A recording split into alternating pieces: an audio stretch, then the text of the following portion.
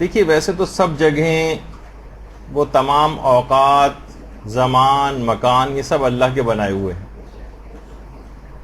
مگر دین کے اعتبار سے بہت ساری جگہیں، بہت سارے زمانے، بہت سارے اوقات خصوصی امتیاز کے حامل ہو جاتے ہیں۔ یوں تو دیکھیے تمام راتیں ہی اللہ کی بنائی ہوئی ہیں، لیکن جو شب قدر ہے اس کا ایک خصوصی امتیاز ہے۔ یوں تو سارے ایام ہی اللہ کے بنائے ہوئے ہیں، سارے دن، لیکن ایام حج جو ہیں یہ خصوصی کے امتیاز رکھتے ہیں۔ عید غدیر کا 18 ذی الحجہ خصوصی امتیاز رکھتا ہے۔ اس کے علاوہ پھر عید مباہلہ یہ خصوصی امتیاز رکھتی ہے، اور ایام عید اور اس طرح مختلف مبارک ایام۔ اچھا، اسی طرح سے پروردگار نے کچھ زمینوں کو بھی خصوصی امتیاز بخشا ہے، زمین کے کچھ علاقوں کو، کچھ شہروں کو۔ انہی میں سے ایک شہر قم بھی ہے، قم بھی اسی میں شامل ہے، اور یہی وجہ ہے کہ ہمارے چھٹے امام، امام جعفر صادق علیہ الصلوۃ والسلام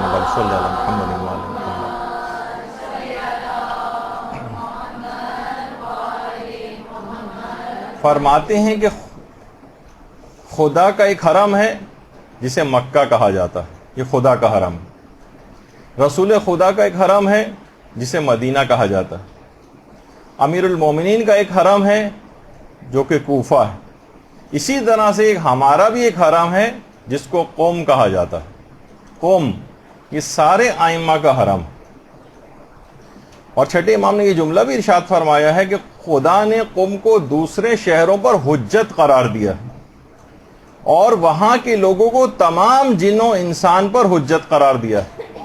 یہی وجہ ہے کہ کتنے ایسے واقعات بھی ملتے ہیں، اور علماء میں بات مشہور بھی ہے، جنوں کو تک کے اوپر یہاں کے لوگوں کی حکمرانی ان معنوں میں بھی کہی جا سکتی ہے، جیسے کہ مرحوم آغا بزرگ شیرازی کے متعلق کہا جاتا ہے کہ جن بھی ان کی تقلید میں تھے، اور باقاعدہ وہ اپنے گھر کے تہہ خانے میں جاتے تھے جہاں جن حاضر ہوتے تھے، اور ان کو وہ احکامات شریعت بھی سکھاتے تھے۔ اسی طرح سے یہ بھی فرمایا تھا ہمارے چھٹے امام نے کہ عنقریب کوفہ مومنین سے خالی ہو جائے گا۔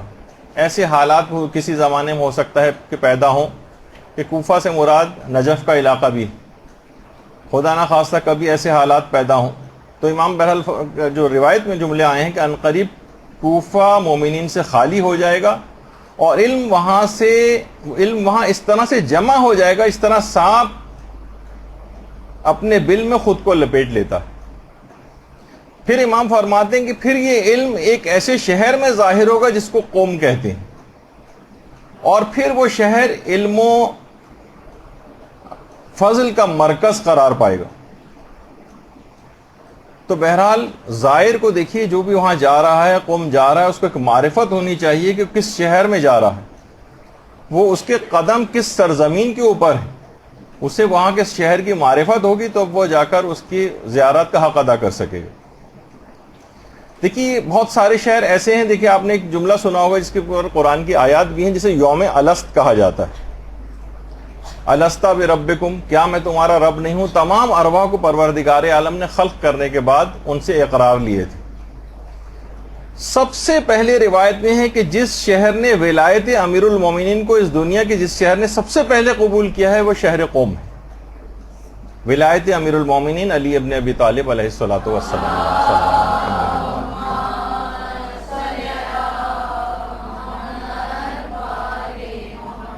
یہی وجہ ہے کہ روایات میں یہ بات آئی ہے کہ جنت کا ایک دروازہ قم کے لیے کھولا گیا۔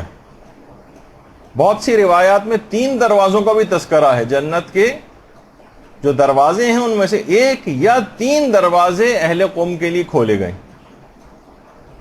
اور علامہ مجلسی نے بھی لکھا ہے کہ طوفان نوح جس وقت آیا تھا تو کشتی چلتے چلتے جس جگہ پہ آ کر رکی تھی، جب قوم سے گزری تھی تو کشتی ٹھہر گئی تھی، رک گئی تھی۔ اور یہ بھی لکھا ہے کہ یہ زمین، جو قوم کی جو زمین ہے، یہ اصل میں بیت المقدس کا یا بیت المقدس کا ایک ٹکڑا ہے۔ اور یہی وجہ ہے کہ ہمارے چھٹے امام نے یہ جملے بھی ارشاد فرمائے ہیں کہ جب بھی تم پر کوئی مصیبت پڑے تم قم پہنچ جاؤ، کیونکہ وہ فاطمیوں کی پناہ گاہ اور مومنین کے لیے جائے امن، قم جائے امن۔ پھر ایک سوال یہ پیدا ہوتا ہے کہ آخر قوم کا نام قوم کیوں پڑا؟ قوم کیوں پڑا اس کا نام؟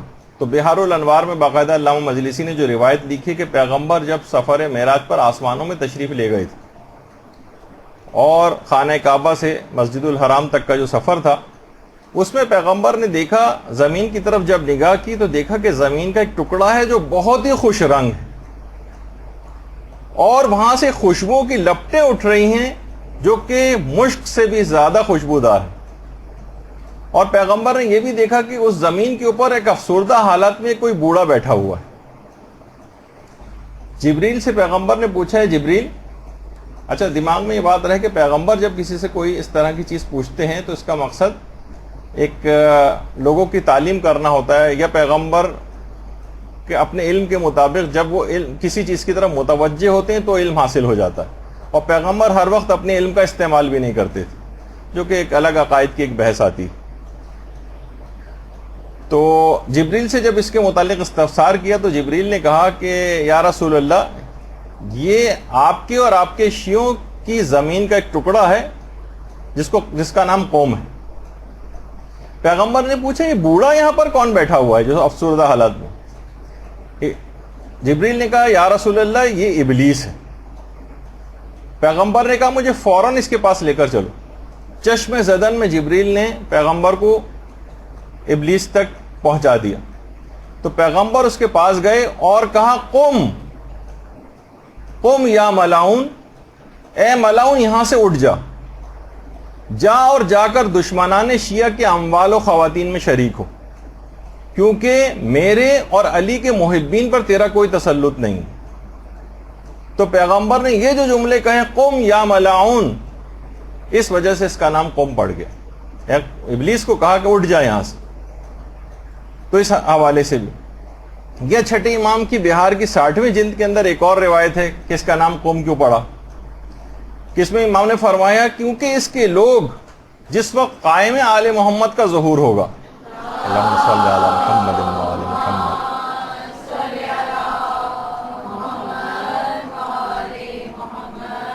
تو یہاں کے لوگ قیام کریں گے ان کے ساتھ، اس پر ڈٹے رہیں گے اور اپنے امام کی مدد کریں گے، اس وجہ سے بھی اس کا نام قوم رکھا گیا، قیام کرنے والے افراد۔ اور یہی وجہ ہے کہ ہمارے 7ویں امام امام موسیٰ کاظم علیہ الصلوۃ والسلام نے بھی صلی علی محمد و آل محمد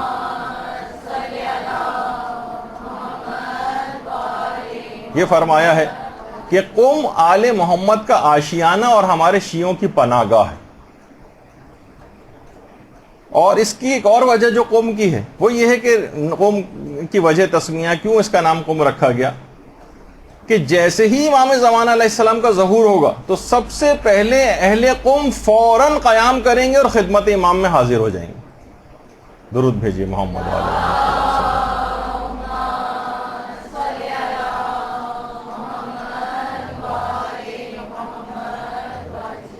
اس وجہ سے اس کا نام قوم رکھا گیا کہ سب سے پہلے قیام کر کے امام کی خدمت میں حاضر ہو جانے کی وجہ سے۔ اور اہل قوم کی جو خصوصیت بتائی گئی ہے باقاعدہ جو ہمارے 8ویں امام امام علی رضا علیہ الصلوۃ والسلام نے بتائی، صلی اللہ علیہ محمد و آل محمد،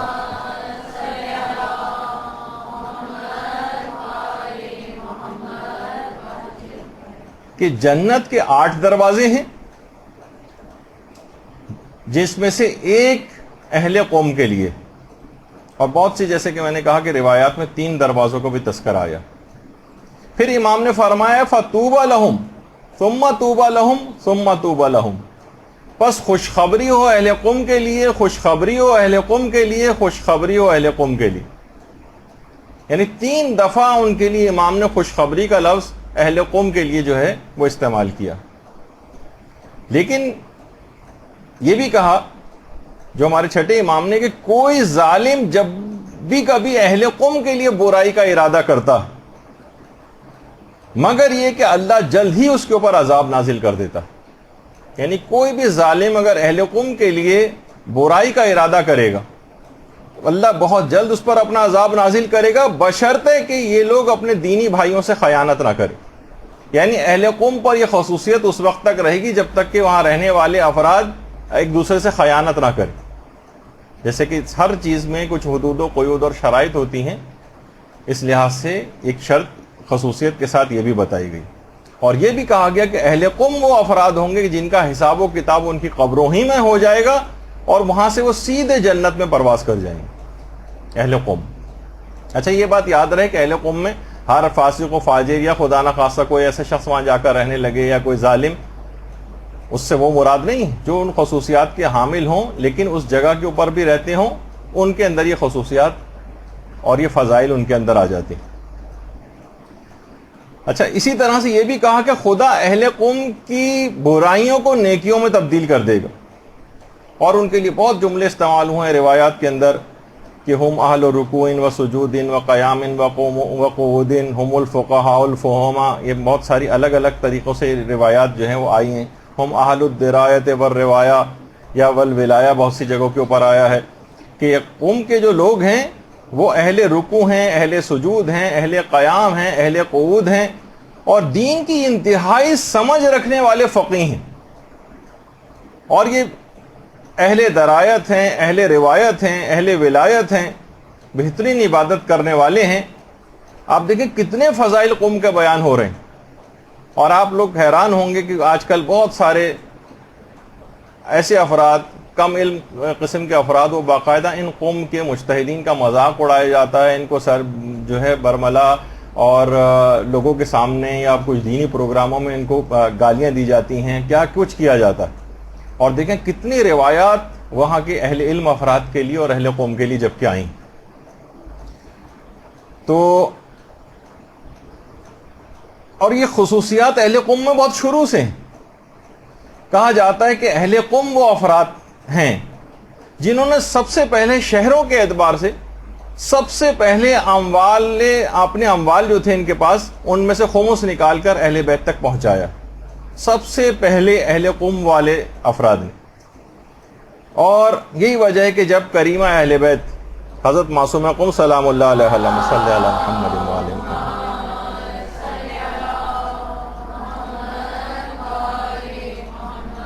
یہاں پر آئی ہیں قوم، تو اہل قوم نے اپنی زمینوں کو اور اپنی املاک کو ان کے لیے وقف کر دیا تھا. سب سے پہلے وقف کیا ہے اور خود کو خادم حرم کہلوایا. یعنی اہل قوم افراد کے اندر واقعتاً شروع ہی سے ایک نورانیت رہی. اور بہار میں بھی ہے اور مختلف روایات کتابوں کے اندر بھی ہے کہ روایت میں یہ تک آیا ہے کہ لولا القمیون لضاع الدین. اگر یہ قومی نہ ہوتے، یعنی اہل قوم نہ ہوتے تو دین ضائع ہو جاتا. اچھا اب دیکھیے یہ جو قوم باعث فضیلت شہر بنا ہے، یہ معصومہ قوم سلام اللہ علیہ کی وجہ سے بنا. اللہم صلی علی محمد وعلی محمد.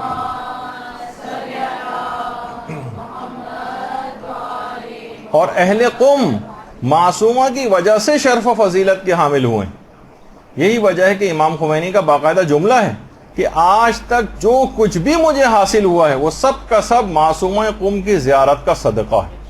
یہ باقاعدہ جملہ امام خمینی کا، یہ صدقہ ہے معصومہ قوم کی قبر کی زیارت کا کہ جتنا بھی کچھ مجھے حاصل ہوا ہے اس وجہ سے حاصل ہوا. برحمتک یا ارحم الراحمین وصلی اللہ علی محمد وآلہ الطاہرین.